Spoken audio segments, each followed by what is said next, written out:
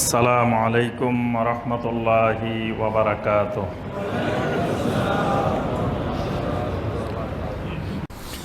ইয়া আইয়ুহান নাবিয়্যু কুল লিআজওয়াজিকা ওয়া বানাতিকা ওয়া নিসাইল মুমিনিন, হে নবী আপনি আপনার স্ত্রীদেরকে বলে দিন, ওয়া বানাতিকা আপনার মেয়েদেরকে বলে দিন, ওয়া নিসাইল মুমিনিন মুমিন নারীদেরকে বলে দিন। তিনজনের কথা বলছেন, স্ত্রীদেরকে, মেয়েদেরকে, মুমিন নারীদেরকে বলে দিন। কি বলে দিবেন? ইউদনিনা আলাইহিন্না মিন জালাবিবিহিন্না, তারা যেন তাদের চাদরগুলাকে, ওড়নাগুলাকে ব্যাপকভাবে বিস্তৃত করে দেয়। তারা যেন তাদের জালবাবগুলোকে, চাদরগুলোকে তারা যেন ছেড়ে দেয়, বিস্তৃত করে দেয়। চাদর ছেড়ে দেয় মানে আব্দুল্লাহ ইবনে আব্বাস রাদিয়াল্লাহু তাআলা আনহুমা তাফসীর করেন যে এটা মাথা থেকে শুরু করে নিচের দিকে ছেড়ে দিবে। মাথা থেকে শুরু করে মানে একেবারে পার গোড়ালি পর্যন্ত এই পুরা অংশ ছেড়ে দেওয়া, এটাকে বলা হয়েছে ইউদনিনা আলাইহিন্না মিন জালাবিবিহিন্না। এবং এর মধ্যে মুখমণ্ডল সহ। আয়েশা রাদিয়াল্লাহু তাআলা বলছেন এই জালাবিবিহিন্না এই আয়াতের ব্যাখ্যা হলো শুধুমাত্র চক্ষু খোলা থাকবে, এর বাহিরে সবগুলার আল্লাহ পাক নির্দেশনা দিচ্ছেন ইউদনিনা আলাইহিন্না মিন জালাবিবিহিন্না। এই জেলবাব যেন মাথা থেকে শুরু করে একেবারে পায়ের গোড়ালি পর্যন্ত শুধুমাত্র দুইটা চোখ খোলা থাকবে। আরেকজন মহিলা সাহাবী ব্যাখ্যা করছেন যে ইউদনিনা আলাইহিন্না মিন জালাবিবিহিন্নার মধ্যে দুই চোখও খোলা রাখা যাবে না, এক চোখ খোলা রাখতে হবে, কারণ দুইটাই বন্ধ হয়ে গেলে তো দেখবে না। আর চোখ দেখার জন্য দুইটা খোলা রাখা দরকার নেই, একটা। এই জন্য ওই সাহাবী ব্যাখ্যা করছেন যে চোখ দুইটাও খোলা রাখা যাবে না। আজকে তো এটা আমাদের কাছে স্বপ্ন মনে হয় যে পাগলের কাজ কারবার। কি বলতেছে যে দুই চোখ খোলা রাখা আর এক চোখ খোলা রাখা, এটা নিয়েও সাহাবায়ে কেরামের মধ্যে ইখতিলাফ। আর এখন তো পুরো বডি খোলা, কি দুই চোখ আর এক চোখ, মুমিন মহিলাদের সবে খোলা।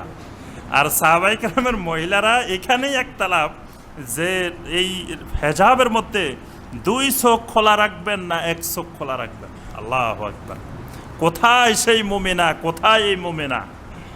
আজকে আকাশ পাতাল পার্থক্য। যে সেই মুমিন নারীদের বৈশিষ্ট্য আল্লাহ পাক বলতেছেন ইউদনিনা আলাইহিন্না মিন জালাবিবিহিন্না, তাদের জেলবাব যেন তারা বিস্তৃত করে দেয়, অর্থাৎ মাথা থেকে শুরু করে পা পর্যন্ত তারা যেন হেজাবের আওতায় নিয়ে আসে পুরা শরীরকে। যালিকা আদনা আইয়ুরাফনা, এটাই হলো সবচেয়ে নিম্নতম স্তর। আইয়ুরাফনা, তাকে চিনা যাওয়ার জন্য, তাকে চিনার জন্য এটা হলো সবচেয়ে নিম্ন স্তর। কি চিনবেন? এখন সব ডেকে ফেললে তো চিনাই যাবে না। তা আল্লাহ বলছেন এটা চিনার সব একটা বড় মাধ্যম।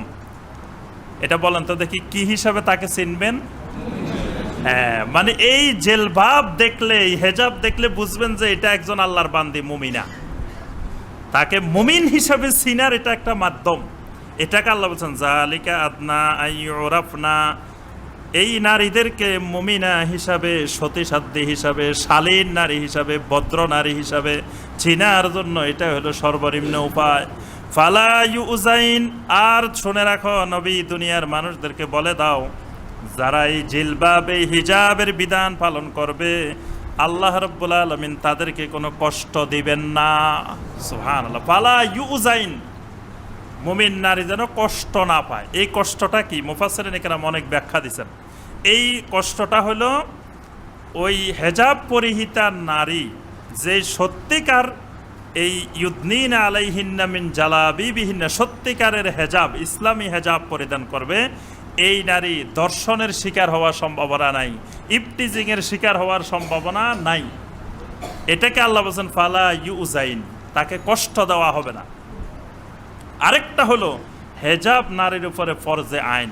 কিয়ামতের ময়দানে এই নারী হেজাবের কারণে কোনো কষ্ট পাবে না, তার থেকে আল্লাহ পাক সব কষ্ট দূর করে দিবেন। সুবহানাল্লাহ।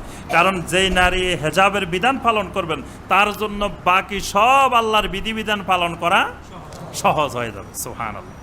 ওয়া কানাল্লাহু গাফুরুর রাহিমা, আল্লাহ রাব্বুল আলামিন হলেন গাফুরুর রাহিম।